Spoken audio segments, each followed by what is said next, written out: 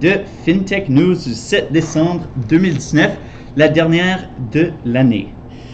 Aujourd'hui, on le fait en français avec mon collègue Pascal. Ça va bien? Très bien, merci Nick. Très bien.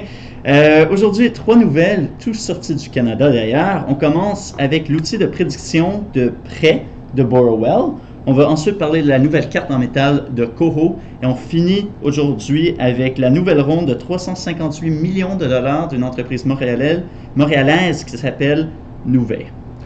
Alors, commençons. Borrowell, cet outil de prédiction. Peut-être tout d'abord, tu peux nous parler rapidement de Borrowell et ensuite ce nouveau outil qu'ils ont introduit. Tout à fait. Donc Borrowell, c'est une compagnie canadienne en FinTech qui a un produit d'appel qui est le Free Monitoring Credit Score, donc où on va vérifier son credit score de façon gratuite. Ils ont fait un partenariat avec Equifax.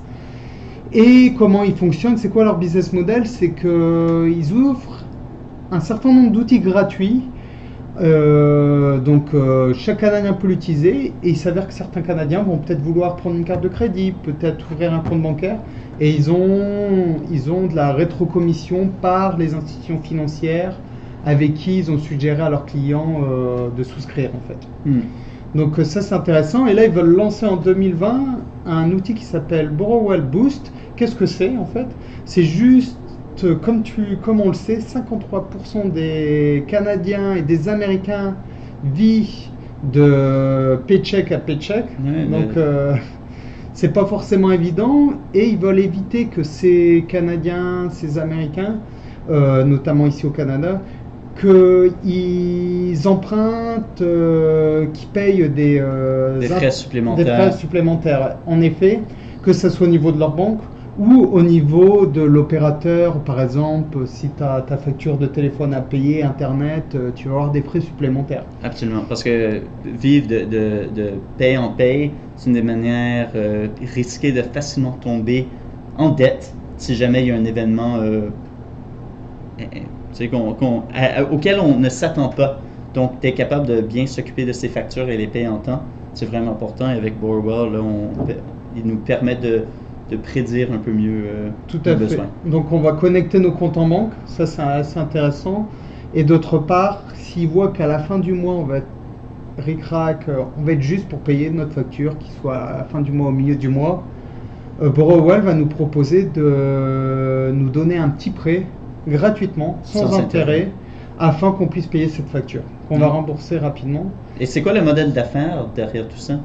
Derrière tout ça, c'est dans la continuité de leurs produits, c'est-à-dire offrir des outils gratuits, aider les Canadiens, et en contrepartie, certains Canadiens vont ouvrir des cartes de crédit, des comptes en banque, des comptes d'investissement, et eux vont être payés derrière. Donc ça, c'est un outil d'adoption de clientèle, quoi. Oui, tout à fait. Donc c'est très intéressant, et on voit c'est vraiment une tendance de cette année qui va dans l'année dernière, comment aider les Canadiens à mieux gérer leurs biens, leur patrimoine. Et c'est vraiment un outil bien. Et Borrowell, ils ont eu une grosse année après une levée de fonds de 20 millions en Series B cette année, et ils ont atteint les 1 million d'utilisateurs. Donc félicitations, et c'est une bonne initiative pour aider les Canadiens à développer leur patrimoine. Et ce qui est intéressant là-dessus, c'est que ils sont vraiment visionnaires, ils regardent ce qui se fait sur le marché, et il y a 2 entreprises concurrentes, une aux États-Unis qui s'appelle Wave, qui fait quelque chose de très similaire, où Dave, non? Wave. Wave? Ok. Il y a Wage Stream. Ah non, Dave. Et Dave. Dave. Non, l'erreur est pour moi, désolé. Dave, en effet, Dave. Où tu connectes tes comptes en banque, et eux aussi proposent un prêt à hauteur de $100 maximum. Ok. Et où tu dois rembourser le prêt le plus rapidement possible. Et eux, comment ils fonctionnent pour se rémunérer?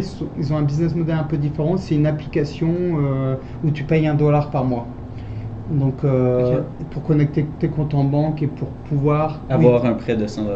$100 si jamais tu as le moindre souci. Ça, c'est une start-up américaine des États-Unis. Et il y a une start-up de l'Angleterre qui fait un peu différent. Leur business model, c'est dire aux employeurs, vos employés peuvent avoir du stress de ne pas pouvoir payer leur facture à la fin du mois. Permettez-leur de toucher leur salaire quand ils veulent. Donc moi je travaille pour une société, j'ai une facture à payer, je peux pas la payer, je me dis, ah, ma fiche de paye Arrive dans quelques jours. arrive dans quelques jours, je peux demander à mon employeur d'avoir le virement dès aujourd'hui, Wow. afin de payer. Et cette startup, elle s'appelle Waystream. WageStream. Waystream. Ouais. Ok, très cool. De retour au Canada maintenant avec Coro. Donc, Coro, cette semaine, il y avait une liste d'attente déjà, mais ils ont annoncé une carte en métal. Donc, on voit ça qui vient à la suite du Apple Card, quoi. Donc, c'est une nouvelle intéressante. T'en tires quoi de cette annonce? C'est intéressant. Par contre, est-ce que tu veux vraiment payer 159 $ pour une carte de crédit en métal? Apparemment, ils ont eu beaucoup d'inscrits, beaucoup de personnes qui sont intéressées. 80 000. Moi, ce qui m'intéresse chez Co, c'est que c'est une néobanque. Donc, ils sont en concurrence avec des néobanques qui arrivent sur le marché canadien comme Revolut, Ouais. dont on a parlé il y a 15 jours. Ça m'intéresse énormément. Est-ce que je vais est-ce que je vais acheter une carte de crédit pour l'avoir en métal? Je suis pas sûr, sachant que son concurrent Revolut le propose pour bien moins cher. Par contre, tous les services qu'il y a autour, c'est intéressant. De manière générale, la compagnie, la société est assez intéressante. Proposer un compte en banque gratuit, etc. Là, la seule chose payante, c'est d'acheter la carte bancaire en métal si tu veux une carte bancaire en métal. Historiquement, les cartes de crédit sont un signe de notoriété dans un certain sens. On a les Gold, Black, Platinum, etc., etc. Et donc, les cartes en métal, c'est la nouvelle vogue, un signe de richesse, quoi. Tout à fait. Donc, c'est intéressant de voir. Encore une fois, on dit souvent dans l'émission, en FinTech, les startups se démarquent souvent à travers leur design et leur marketing. C'est vraiment une facette importante des sociétés FinTech. Donc, ça, c'est une autre avancée dans cette direction-là. D'ailleurs, leur marketing est génial. La carte a l'air super bien. Elle est belle, ouais, pas de problème. Par contre, j'ai fait une erreur, c'est pas une carte de crédit, c'est une carte de débit. Oui, Donc, prépayé, quoi. C'est une carte prépayée, en effet. Exact. Non, donc, voilà la dernière nouvelle d'aujourd'hui. Une start-up de Montréal, Nuvei, qui était avant nommée Pivotal Payments. Donc, ils ont eu un rebrand.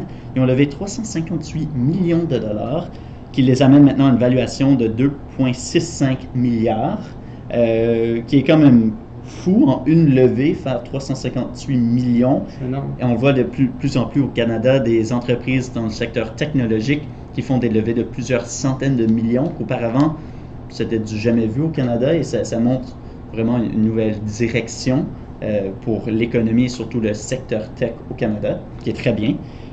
Peux-tu nous parler un peu de cette entreprise-là? Tout à fait. Nuvei est dans le paiement. Donc, aussi bien dans les terminaux de paiement que dans le paiement en ligne. Ils ont une suite de systèmes de paiement. Et ce qui est intéressant, c'est que c'est une entreprise, oui, québécoise, mais qui est vraiment mondiale. Elle a des bureaux partout dans le monde. 100%.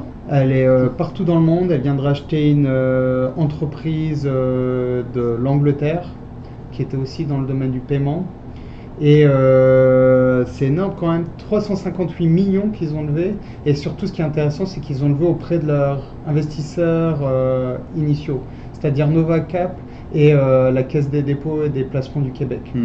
Donc, ça veut dire que leur font confiance et que ils n'ont pas déçu leurs investisseurs par le passé. Donc, ils croient à la vision de l'entreprise. Ouais. Fondé en 2003 quand même.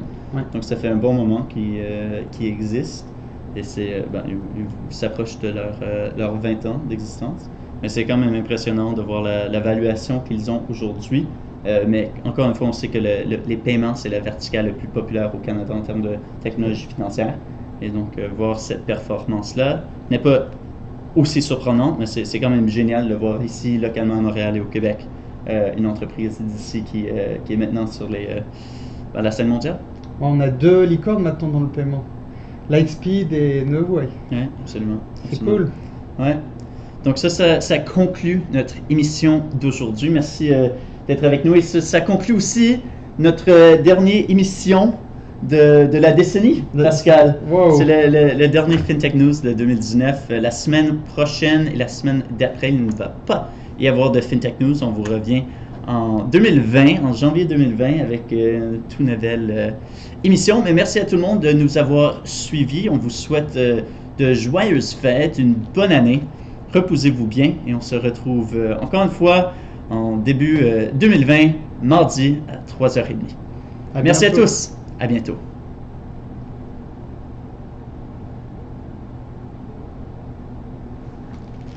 À un moment, il a bugué, t'as vu?